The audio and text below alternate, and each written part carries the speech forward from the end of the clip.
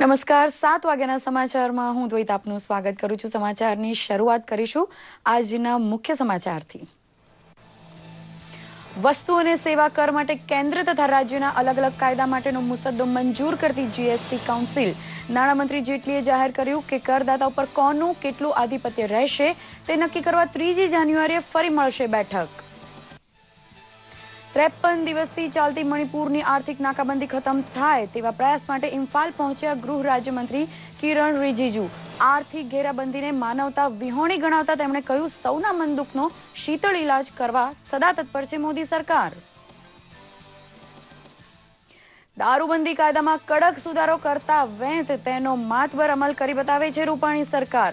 વડોદરાની મોટી હસ્તીઓ માલતી હોય તેવી શરાબ પાર્ટી ઉપર ત્રાટકીને અનેક માલેતુજારને કાયદાનું ભાન કરાવતી વડોદરા પોલીસ। ગૃહ રાજ્યમંત્રી પ્રદીપસિંહ જાડેજાએ કહ્યું, દારૂબંધીનો અમલ કોઈની શહ શરમ ભર્યા વગર કેટલો સખત કરી શકાય તેનો દાખલો બેસાડે છે રૂપાણી સરકાર। ગ્રામ પંચાયત ચૂંટણી અને ક્રિસમસ તહેવારને પગલે દારૂની હેરાફેરી રોકે છે પોલીસ।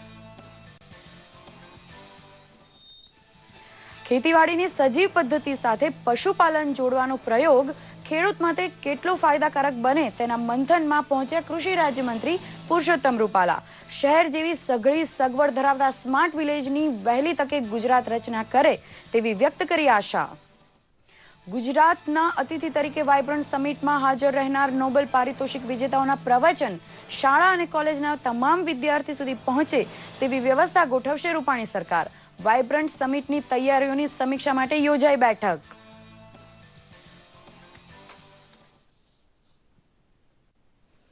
સમાચાર વિસ્તારપૂર્વક। નાણામંત્રી અરુણ જેટલીની અધ્યક્ષતામાં યોજાયેલી જીએસટી પરિષદની 7મી બેઠક સેન્ટ્રલ જીએસટી અને મોડેલ ટેસ્ટ જીએસટી લો એટલે કે સીજીએસટી અને એસજીએસટીના પ્રાઇમરી ડ્રાફ્ટને સર્વસંમતિથી પસાર કરવામાં આવ્યા છે। આ અંગે નાણામંત્રી અરુણ જેટલીએ જણાવ્યું હતું કે 5 વર્ષમાં રાજ્યોને થનારા નુકસાનની 100% ભરપાઈ કરવાના કાયદા મુદ્દે પણ મોટા પાયે સર્વસંમતિ સધાઈ છે અને આગામી 3 અને 4 જાન્યુઆરીએ યોજાનારી જીએસટીની બેઠકમાં એન્ટીગ્રેડ જીએસટી લો અંગે ચર્ચા હાથ ધરાશે। કરદાતા ઉપર અંતિમ આધિપત્ય કોનું રહેશે તે નક્કી કરવું હજુ બાકી છે। उस अधिकार का प्रयोग राज्य और केंद्र के बीच में किस प्रकार से होगा और उसके पीछे उद्देश्य है कि दोनों के पास एक असेसिंग मशीनरी है और अभी हम उस स्टेज पे नहीं पहुंचे कि हम लोगों के पास एक जॉइंट ब्यूरोक्रेसी हो या एक फेडरल ब्यूरोक्रेसी हो। कानून एक है लेकिन ब्यूरोक्रेसीज 2 हैं और इसलिए उसकी मैनेजमेंट के लिए ऑडिटिंग मैनेजमेंट के लिए वो अधिकार क्षेत्र कैसे बटेंगे। મણિપુરમાં આર્થિક નાકાબંધીને પગલે ઊભી થયેલી તંગદિલી હળવી બને તેવા ઉપાય માટે ગૃહ રાજ્યમંત્રી કિરણ રિજિજુ ઇમ્ફાલ પહોંચ્યા છે અને રાજ્ય સરકારને પરિસ્થિતિ થાળે પાડવામાં મદદરૂપ બની રહ્યા છે। મુખ્યમંત્રી ઇકરામ ઇબોબી સિંઘ તથા નાયબ મુખ્યમંત્રી ગઈખાન ગમ સાથે કરીને બેઠક તેમણે હરસંભવ મદદની ખાતરી આપી હતી। યુનાઇટેડ નાગા કાઉન્સિલ દ્વારા આર્થિક નાકાબંધીને અમાનવીય ગણાવતા શ્રી રિજિજુએ કહ્યું હતું કે મણિપુરની જીવાદોરી જેવા 2 રાષ્ટ્રીય ધોરીમાર્ગની 53 દિવસથી ચાલતી નાકાબંધી સત્વરે ઉઠાવી લેવી જોઈએ। ગુજરાતમાં 15 ડિસેમ્બરના રોજ કેબિનેટે મંજૂર કરેલા દારૂબંધીના કડક અમલના વટહુકમને રાજ્યપાલ ઓપી કોહલીએ 20 ડિસેમ્બરે મંજૂરી આપી છે, જેના લીધે આ કાયદાના કડક અમલ માટે રાજ્ય સરકારે પણ કમર કસી છે। દારૂબંધીના વટહુકમ બાદ 72 કલાકમાં સૌપ્રથમ મોટો દરોડો વડોદરામાં માલેતુજારોની હાઈ પ્રોફાઇલ પાર્ટીમાં પાડવામાં આવ્યો છે। શહેર શરમ ભર્યા વગર કાયદાનું કામ કરવા દેવાના અભિગમ બદલ રૂપાણી સરકારની પ્રશંસા સર્વત્ર થઈ રહી છે। વડોદરાના ઉદ્યોગપતિ જીતેન્દ્ર શાહની પૌત્રીના લગ્નની હાઈ પ્રોફાઇલ પાર્ટીમાં દારૂની મહેફિલ માણવામાં આવી રહી હતી। કાયદાના ભંગ કરતી આ પાર્ટીમાં પોલીસ ત્રાટકતા દારૂની મહેફિલ માણતા માલેતુજારોના રંગમાં ભંગ પડ્યો હતો। વડોદરાના ભીમપુરા પાસેના અખંડ ફાર્મ હાઉસ કે જે ખુદ જીતેન્દ્ર શાહનું છે ત્યાંથી પોલીસે 261 ઉદ્યોગપતિ વેપારીઓ સહિતના નામાંકિતોને ઝડપી પાડ્યા હતા। આ દારૂની મહેફિલમાં 100થી વધુ મહિલાઓ પણ સામેલ હતી। પોલીસે ઇમ્પોર્ટેડ સ્કોચ વાઇન સહિત બિયરની બોટલ સહિત 10 થી 15 પેટી વિદેશી દારૂ જપ્ત કર્યો છે। હાલ પોલીસે તમામની અટકાયત કરી છે। નવા કાયદા મુજબ કેટલાક કેસોમાં બિનજામીનપાત્ર ગુનો દાખલ કરવામાં આવ્યો છે। अभी जिन लोगों का गुजरात प्रोहिबिशन एक्ट के तहत जो बेलेबल ऑफेंस होता है उसमें नामदार कोर्ट की सूचना के अनुसार उनको बेल पे छोड़ने में आया है, और जो नॉन बेलेबल केस में जो गुना रजिस्टर हमने किया है जिसमें 1,28,950 रुपए की दारू हमें मिली, जिसमें 10 वर्ष की सजा का प्रावधान है, वो एक नॉन बेलेबल अपराध है और उसके लिए हम माननीय कोर्ट के समक्ष आरोपियों को प्रस्तुत करेंगे। ડ્રિંક્સની પાર્ટી ચાલતી હતી એટલે પાર્ટી ઉપર પોલીસે રેડ પાડી છે અને એ તમામ લોકો ઉપર કાયદેસરની કાર્યવાહી ચાલુ કરવામાં આવેલ છે. અત્યારે કારણ કે તમામ આ 200-250 માણસોના પ્રક્રિયા કરવામાં થોડી વાર લાગે એવું છે. અત્યારે એ લોકોને તમામને એચસીજી હોસ્પિટલ આપણે વડોદરામાં તેમનું બ્લડ ટેસ્ટ માટે પ્રોહિબિશનના એના માટે અત્યારે મોકલી આપવામાં આવેલ છે. અડધા તો ત્યાં પહોંચી ગયા છે અને એ બ્લડની કાર્યવાહી પણ શરૂ થઈ ગઈ છે અને બાકીના અત્યારે અહીંથી રવાના કર્યા છે. હવે થોડા બાકી છે કરીએ છીએ. આ જગ્યાએથી અંદાજે 6 થી 7 પેટી ઇંગ્લિશ અને સ્કોચ પણ છે. એ લીકર દારૂની બોટલો મળેલી છે અને 4 પેટી જેવું છે એ બિયર મળેલું છે. એટલે એ પણ માલિક માટે અલગથી ગુનો દાખલની કાર્યવાહી કરવામાં આવશે અને હાલ તમામ વિરુદ્ધ કાર્યવાહી ચાલુ છે. દાંતા તાલુકામાં સ્થાનિક સ્વરાજ્યની યોજાનાર ચૂંટણીનો રંગ જામી રહ્યો છે ત્યારે મતદારોને લલચાવવા કરાતી વિદેશી દારૂની હેરાફેરીને પોલીસે ઝડપી પાડી છે. બાતમીના આધારે પોલીસે વોચ ગોઠવી અંબાજી નજીક ઢાબાવાળી વાવ પાસેથી પસાર થતી ટ્રકને અટકાવી તપાસ હાથ ધરી હતી. તેમાંથી 172 વિદેશી દારૂની પેટીનો જથ્થો પોલીસે જપ્ત કર્યો છે. પ્રોહિબિશન લગત વોચમાં હતા તે દરમિયાન અંબાજી બાજુથી એક આઈસર ટ્રક આવી રહી છે તેવા મેસેજ મળતા અમો ધોળી ધાબાવાળી વાવ પાસે નાકાબંધી કરી તે ગાડીને ચેક કરતા તેમાંથી આશરે 172 પેટી પ્રોહિબિશન મુદ્દામાલ મળી આવેલ છે અને ટોટલ દારૂ જે છે 6,75,600 રૂપિયાનો છે. સાથે 5 લાખ રૂપિયાની આઈસર ગાડી ગણી આશરે 11 લાખનો મુદ્દામાલ પકડી પાડેલ છે. ગૃહ રાજ્યમંત્રી પ્રદીપસિંહ જાડેજાએ દારૂબંધીના કડક અમલ કરવાની ખાતરી સાથે કહ્યું હતું કે 10 વર્ષની સજાનો અમલ સમાજમાં નશાખોરી જરૂર ઘટાડશે. પ્રવર્તમાન દારૂબંધીના કાયદાની અંદર સુધારા કર્યા અને આ સુધારાની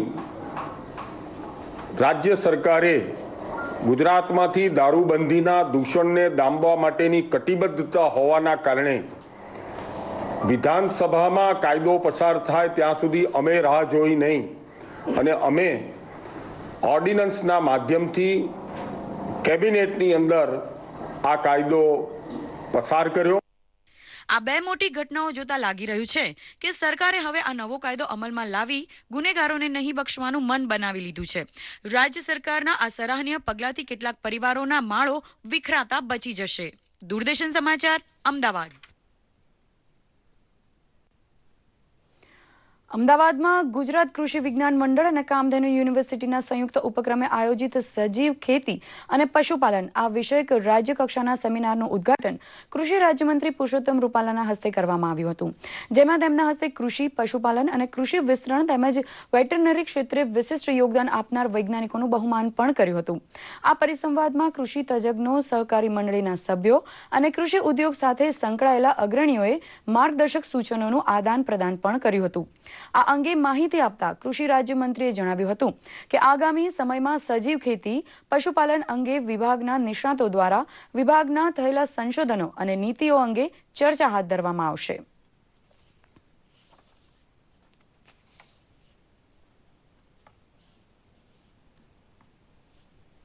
આયોજિત રીતે અદ્યતન વિકાસ એ નગરો અને મહાનગરોની અંદર થાય અને એમાં પ્રાયોગિક ધોરણે જે કેટલાક નગરો અને મહાનગરોને પસંદ કરવામાં આવ્યા છે એને સ્માર્ટ સિટી તરીકે વિકસાવવાનું નક્કી કર્યું. એના જ આધાર ઉપર હવે સ્માર્ટ વિલેજનો પણ કન્સેપ્ટ કેન્દ્ર સરકારે અને રાજ્ય સરકારે સાથે મળીને વિચાર્યો છે, જેમાં કેટલીક સુવિધાઓ જે વર્તમાન સમયમાં અદ્યતન જેને કહી શકાય છે એ સુવિધાઓ આપવા માટેનો એક પ્રયાસ છે. ગુજરાતના ખેડૂતો વિશે વાત કરું તો અત્યારે તલ પાક છે એ એવો એક તેલીબિયા પાક છે કે જેનું છે એ ખેડૂતોની અંદર છે એ પ્રચલિત થતો જાય છે કપાસની જગ્યાએ એમાં આંતરપાક તરીકે, મગફળીમાં પણ આંતરપાક તરીકે આ પાક ખૂબ જ સારી રીતે લઈ શકાય છે. ઉપરાંત ચોમાસું સિવાય ઉનાળુ ખેતીમાં પણ એક પાકની ફેરબદલી તરીકે આ પાક લે તો ખેડૂતને બહુ સારું એવું એમાંથી રિટર્ન મળી શકે એમ છે. આજે જે હાજરી રહી એમાં ખાસ કરીને 250 જેટલા ખાસ કરીને કૃષિ સાથે સંકળાયેલ વૈજ્ઞાનિકો, તજજ્ઞો, અધિકારીઓ એ હતા. 100 જેટલા ખેડૂતો છે અને બાકી બધી સંસ્થાઓના પ્રતિનિધિઓ પણ હતા. એટલે કુલ આપણી સંખ્યા ટોટલ જોઈએ તો લગભગ 450 જેટલા સભ્યો હાજર હતા. ગાંધીનગરના મહાત્મા મંદિર ખાતે યોજાનારી વાઇબ્રન્ટ સમિટની પૂર્વ તૈયારીની સમીક્ષા કરવા માટે મુખ્યમંત્રી રૂપાણીએ ખાસ બેઠક બોલાવી હતી, જેમાં જુદી જુદી યુનિવર્સિટીના કુલપતિઓ તથા જાણીતા કેળવણીકારો, 500થી વધુ ઉદ્યોગપતિઓ, ઉદ્યોગ સાહસિકો વગેરેએ હાજરી આપી હતી. પ્રથમ વખત વાઇબ્રન્ટ ગુજરાત સમિટમાં દુનિયાના ખ્યાતનામ 8થી વધુ નોબેલ પારિતોષિક વિજેતા હાજર રહેવાના છે. નોબેલ વિજેતાઓના ભાષણોને યુનિવર્સિટી અને કોલેજમાં લાઈવ ટેલિકાસ્ટ કરવા વિજય રૂપાણીએ સૂચન કર્યું હતું. તેમજ વિદ્યાર્થીઓ સાથે પણ મુલાકાત આયોજિત કરવાનું સૂચન કરાયું છે. મુખ્યમંત્રીએ દેશ માટે ગુજરાત ગ્રોથ એન્જિન બને તેવા પ્રયાસો કરવા અપીલ કરી હતી.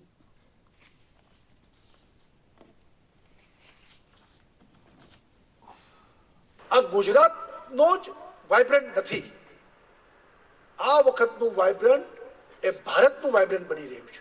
આજનો જે દુનિયાનો ગ્લોબલ સિનેરિયો છે એમાં ચાઇના અને ભારત આ બે તરફ જ આખી દુનિયાની નજર છે અને એમાં આપણે આગળ વધવાનું છે ચાઇનાથી. અને ભારતમાં ગુજરાત ગ્રોથ એન્જિન બને અને ગુજરાત એ જ ભારતને દિશાદર્શન કરતું બને એટલે ગુજરાતને પૂરી જેને કહીએ કે તક મળી છે અને એવે વખતે આપણે સૌ સાથે મળીને આ વાઇબ્રન્ટ સફળ થાય. ગુજરાત એક જેને કહીએ કે વેપારી ગુજરાતીઓ હોય છે.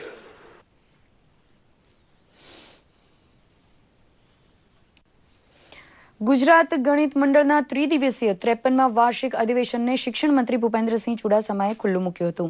ગણિતજ્ઞ માધવ રામાનુજની જન્મતિથિ નિમિત્તે યોજાયેલા કાર્યક્રમમાં ગણિત વિષયમાં લોકોને રસ પડે તેવી પ્રવૃત્તિ હાથ ધરવા નક્કી થયું હતું. આ કાર્યક્રમમાં ડોક્ટર પંકજ જોશી અને શાબિર અહેમદના પુસ્તકો તથા ગણપત યુનિવર્સિટીના સોવેનિયરનું વિમોચન શિક્ષણ મંત્રી ભૂપેન્દ્રસિંહ ચુડાસમાએ કર્યું હતું.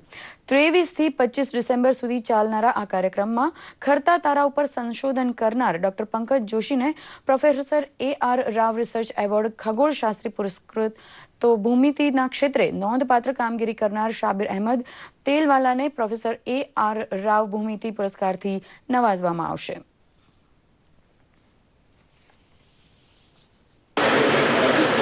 નાનપણથી પહેલા ધોરણથી વિદ્યાર્થીને ગણિતનું જ્ઞાન હોય તો એ માત્ર એના અભ્યાસકાળ દરમિયાન એના સામાજિક જીવનમાં, કૌટુંબિક જીવનમાં, વ્યવહારિક જીવનમાં પણ એનું ગણિત સારું હશે. અમે ખૂબ પ્રાઉડ ફીલ કરીએ છીએ કે અમે આમાં પાર્ટિકો છે અને અમારા કોન્સેપ્ટથી આમાં થોડા ક્લિયર થઈ રહ્યા છે. આ પ્રોગ્રામ દ્વારા ચોક્કસ ગણિતને લોકપ્રિય બનાવવાનું અને ગણિતમાં રસ લેતા કરવાનું અમારો જે ધ્યેય છે તે સાકાર થશે. ડિજિટલ સાક્ષરતાનો ફેલાવો કરવા માટે અમદાવાદમાં ભાજપ કાર્યકરો દ્વારા ઝુંબેશ શરૂ થઈ ચૂકી છે. તેઓ સ્ટેટ બેંક ઓફ ઇન્ડિયાને સાથે રાખી ડિજિટલ બેન્કિંગથી થતા ફાયદા લોકોને સમજાવે છે.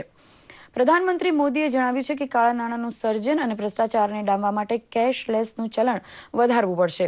આ જ સ્વપ્નને સાકાર કરવા ભાજપના કાર્યકરો જાગૃતિ અભિયાન ચલાવી રહ્યા છે. ઇન્ટરનેટનો વપરાશ વાજબી ભાવે સંભવ બનતા મોબાઈલ બેન્કિંગ તરફ વળવું સરળ બન્યું છે.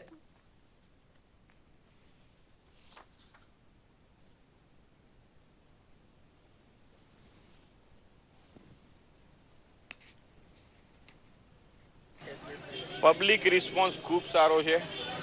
અગાઉ બીજા દેશ સોમાલિયા કે વિયેતનામમાં જે રીતે કેશ નોટ બંધ કર્યા પછી જે પ્રોબ્લેમ્સ થયેલા વેનેઝુએલામાં અને પછી જે પાછો લેવો પડેલો નિર્ણય, એવો આ ભારતની પબ્લિકમાં એવો કોઈ રોષ દેખાતો નથી. નો ડાઉટ પબ્લિકને થોડી હર્ડલ્સ થયેલી છે, પણ તે હસતા મોડે લાઇનમાં ઊભા રહી મોદી સાહેબના આ જે ડિક્લેરેશન્સને આવકારેલ છે અને પ્રોગ્રામ નોટબંધીનો પ્રોગ્રામ એ આ નોટબંધીનો નિર્ણય ખરેખર ખૂબ સારો અને આવકાર્ય છે. આગળની જે દુનિયાની અથવા સમયની જરૂરિયાત જ કેશલેસ ઇન્ડિયા છે, ડિજિટલ ઇન્ડિયા છે. ડિજિટલ ઇન્ડિયામાં જે જ્યાં કેશનો ઉપયોગ જ નથી એને ડિજિટલ કહેવામાં આવે. અત્યારે બધા જ પબ્લિક જે આમ જનતા છે આ વખાણી રહી છે અને કે આ એક બહુ સારી જરૂરિયાત છે. કેશ લઈને જે ફરવું એ જોખમ છે. આની કરતાં આપણે જે ડિજિટલ ઇન્ડિયામાં જઈ રહ્યા છે એનાથી ઘણા બધા ફાયદા થઈ રહ્યા છે. સાબરકાંઠાના ઈડરમાં home guard, state bank of India અને દેના બેંકના સહયોગથી કેશલેસ ઇન્ડિયા અંગે સેમિનાર યોજાયો હતો. વિમુદ્રીકરણ બાદ જનતાને પડતી મુશ્કેલીઓને પહોંચી વળવા પ્રધાનમંત્રીએ કેશલેસનો અભિગમ અપનાવ્યો છે. ત્યારે આ જ પહેલને આગળ વધારતા ઓનલાઈન લેવડ દેવડ કેવી રીતે કરવી તે અંગે સેમિનારમાં સમજ આપવામાં આવી હતી. બેંક મેનેજરે ડેબિટ કાર્ડ, ક્રેડિટ કાર્ડ સહિત કાર્ડ સ્વાઇપ અને મોબાઈલ બેન્કિંગની સમજ આપી હતી.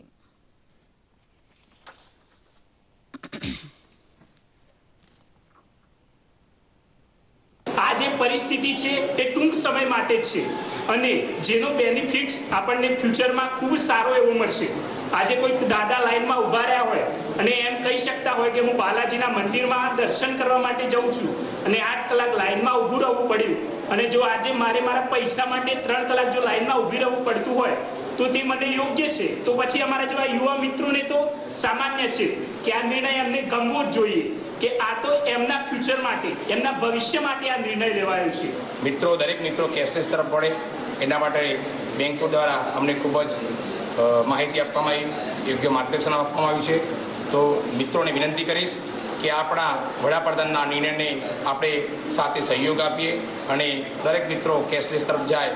નાની મોટી જે પણ બેંકના અંદરથી એટીએમ દ્વારા અત્યારે ક્રેડિટ કાર્ડની પણ સુવિધા છે. બેંકો તમારા પોતાના રિટર્ન પર ક્રેડિટ કાર્ડની સિસ્ટમ પણ આપતા હોય છે.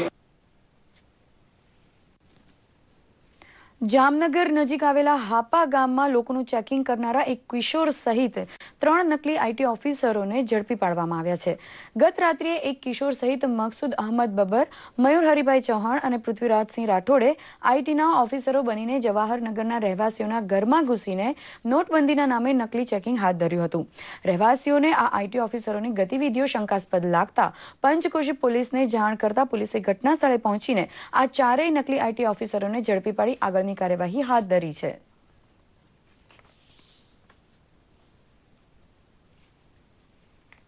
પોલીસ સ્ટેશન હાજર હતા તે દરમિયાન હાપાથી ફોન આવ્યો કે અમારા વિસ્તારમાં અમુક માણસો છે જે પોતે ઇન્કમ ટેક્સના અધિકારી છે કઈ લોકોના ઘર ચેક કરે છે. એવી રીતે 5-6 લોકો ઘર ચેક કરે જેથી પોલીસ સ્ટેશનેથી ત્યાં જઈ પોલીસ સ્ટેશન લઈ આવેલા અને જેના ઘર ચેક કર્યા તેમાંથી એક વ્યક્તિને ફરિયાદી બનાવી તેના વિરુદ્ધ કાયદેસરની ફરિયાદ લીધેલી છે. આગળની તપાસ છે.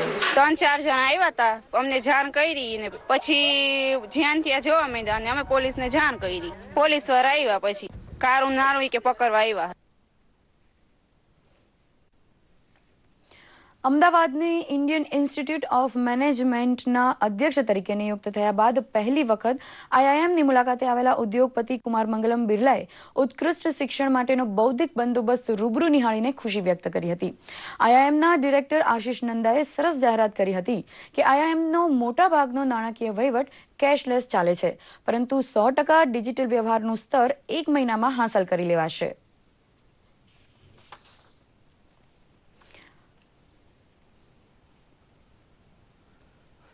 I want to specially say that the faculty here is so engaged with the institution, with their students, and I think that it is the quality of faculty eventually that makes or breaks an institution of this kind.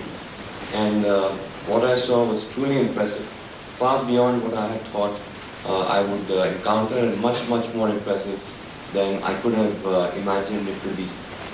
I think the role that IIM is playing in imparting education for future leaders, for industry practitioners who are already working and who come back either to make a change in their career course or to enhance their leadership skills. I think the contribution that IIM is making on both of these counts is truly outstanding.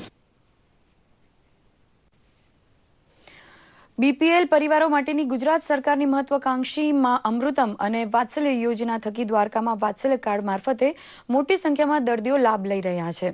ઓછી આવક ધરાવતા અને કિડનીની બીમારીથી પીડાતા દર્દીઓને free dialysis કરીને પ્રત્યેક વિઝિટનો 300 રૂપિયાનો ચાર્જ પણ હોસ્પિટલ દ્વારા ચૂકવવામાં આવે છે. તેમજ ટ્રાન્સપોર્ટેશનનો ખર્ચ પણ આપવામાં આવે છે.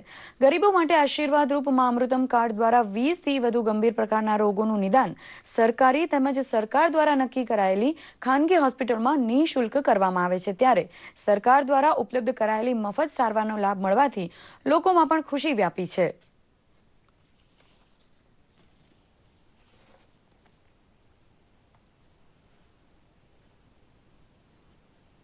જે આપણે અત્યારે ડાયાલિસિસ માટે ચાલુ કરવામાં આવ્યું છે, આ યોજના છે બીપીએલ પેશન્ટ માટે છે.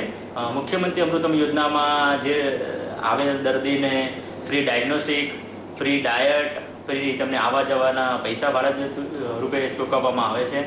અને જે પેશન્ટ દર્દી અહીંયા ડાયાલિસિસમાં સર્વિસ લેવા આવે છે તેને તેમના પર વિઝિટે 300 રૂપિયા ડાયાલિસિસ ચાર્જ ચૂકવવામાં આવે છે. અઠવાડિયામાં 2 વખત ડાયાલિસિસ કરાવવું પડે છે. તો આ કાર્ડ અમૃત કાર્ડ ગરીબ માણસ માટે સારું છે. એમાં બધી લોહીના રિપોર્ટ તથા બધું આમાંથી આપવામાં આવે છે. સરકારે જે આ મા કાર્ડ કાઢ્યું છે બહુ સરસ છે. ગરીબ લોકોને બહુ ફાયદો થાય. ઔષધીય ગુણો ધરાવતા તકમરિયાની આધુનિક ખેતી કરીને જૂનાગઢના ખેડૂત સંજયભાઈએ પ્રેરણાદાયક ઉદાહરણ પૂરું પાડ્યું છે. વિદેશોમાં તેમજ દવાઓની બનાવટમાં મહત્તમ માત્રામાં ઉપયોગમાં લેવાતા પ્રચુર ઔષધીય ગુણો ધરાવતા આ તકમરિયાની ખેતી કરનાર સંજયભાઈએ જણાવ્યું હતું કે મબલખ નફો રળી આપતા આ પાકમાં ખાતર કે દવાનો ખર્ચ થતો નથી. પશુઓને હાનિ પહોંચાડવાની ભીતિ પણ રહેતી નથી. ઠંડક જેવો ગુણધર્મ ધરાવતા તકમરિયાનો ઉપયોગ લીંબુ સિકંજી, શરબત અને ફાલુદામાં થાય છે. ત્યારે સાઉદી અરેબિયા જેવા ગરમ પ્રદેશોમાં આ પાકની ખૂબ જ ડિમાન્ડ હોવાથી ઓનલાઈન સર્ચ કરી માર્કેટમાં વેચાણ કરવાથી પાકની સારી કિંમત પણ મેળવી શકાય છે. અમારા સેઢાપાડો એ તકમરિયા વાવ્યા છે તો ઉપજ બહુ સારી છે અને આને અમે માહિતી કૃષિ વિકાસમાં લેવા જાશું.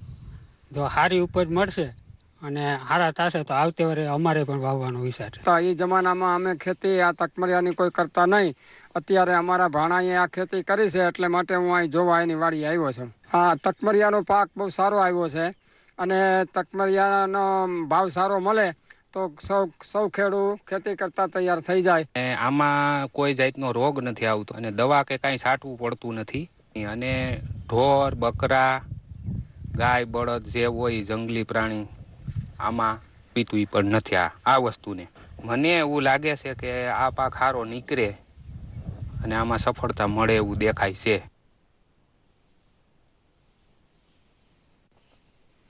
ગ્રામ પંચાયતની ચૂંટણીમાં મતદાન માટે ઈવીએમને બદલે બેલેટ પેપરનો ઉપયોગ થવાનો હોવાથી તમામ જિલ્લામાં તાલીમ શરૂ કરી દેવામાં આવી છે. નર્મદા જેવા દુર્ગમ અને અંતરિયાળ જિલ્લામાં ગામડાઓ ખૂબ છૂટાછવાયા હોવાથી પોલિંગ સ્ટાફને ત્યાં સમયસર પહોંચાડવાનો પડકાર જિલ્લા તંત્ર ઉપર હોય છે.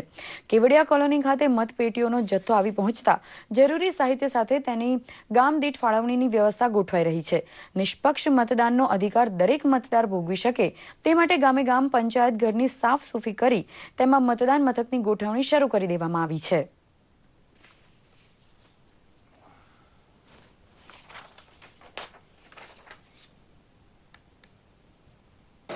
ચૂંટણી માટેની તાલીમ પ્રિસાઇડિંગ ઓફિસર શ્રીઓ, assistant presiding officer, male polling, મહિલા પોલિંગ શ્રીઓને આજ રોજ આપવામાં આવી રહી છે. અત્યારે અહીંયાથી આ વખતનું ઇલેક્શન બેલેટ પેપરથી થવાનું હોય, વિશેષ મતપેટીમાં મતદાન કરવાનું હોય ત્યારે મતપેટીને પણ કઈ રીતે સીલ કરવી, કેવી રીતે એને ઉપયોગમાં લેવી એ બધા પ્રકારની તાલીમ આજ રોજ અહીંયાથી આપવામાં આવી રહી છે. સાથે સાથે બીજી સામગ્રીઓનું પણ નિદર્શન કરીને એમને આ બાબતે માહિતગાર કરવામાં આવી રહ્યા છે, જેથી કરીને ચૂંટણી પ્રક્રિયા ખૂબ શાંતિથી અને સરળ રીતે પૂર્ણ થઈ શકે. દીવ ટાપુ પર મુક્તિ મહોત્સવનું દબદબાભેર સમાપન થયું છે. ફૂડ ફેસ્ટિવલ અને ડીજે નાઇટ સાથે 3 દિવસ ચાલેલી ઉજવણી સંપન્ન થઈ છે. પદ્મભૂષણ કોમ્પ્લેક્સ ગ્રાઉન્ડ ખાતે લોકગીતો, લોક સાહિત્યની સાથે મેગા ઇવેન્ટનું પણ આયોજન કરાયું હતું. 19 ડિસેમ્બરથી શરૂ થયેલા દીવ ફેસ્ટિવલમાં વિવિધ સ્પર્ધાઓ પણ યોજાઈ હતી, જેમાં વિજેતા સ્પર્ધકોને દમણ દીવના પ્રશાસકના હસ્તે ઇનામ આપી સન્માનિત કરાયા હતા. આ પ્રસંગે કલેક્ટર, ડેપ્યુટી કલેક્ટર, નગરપાલિકા પ્રમુખ સહિતના અગ્રણીઓ અને અધિકારીઓએ હાજરી આપી હતી.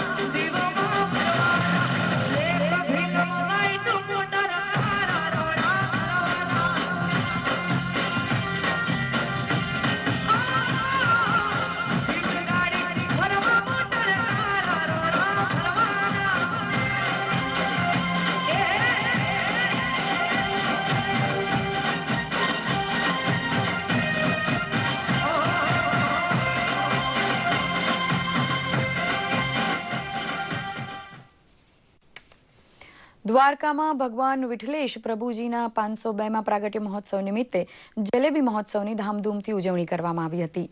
આ મહોત્સવમાં મોટી સંખ્યામાં ભાવિક ભક્તો ઉમટી પડ્યા હતા. દર વર્ષે માગસર વદ નોમના દિવસે આ મહોત્સવની ઉજવણી કરવામાં આવે છે. માનવામાં આવે છે કે ગોસાઈજીએ ઠાકોરજીને જલેબી ખવડાવી હતી. તે સમયથી આ જલેબી ઉત્સવ ઉજવવામાં આવે છે. જલેબી આરોગ્યા બાદ પતરાળા ઉપાડવાની પણ વિધિ છે, જેની માટે બોલી પણ લાગે છે. દર વર્ષે ધામધૂમથી ભક્તો આ ઉત્સવને ઉજવે છે.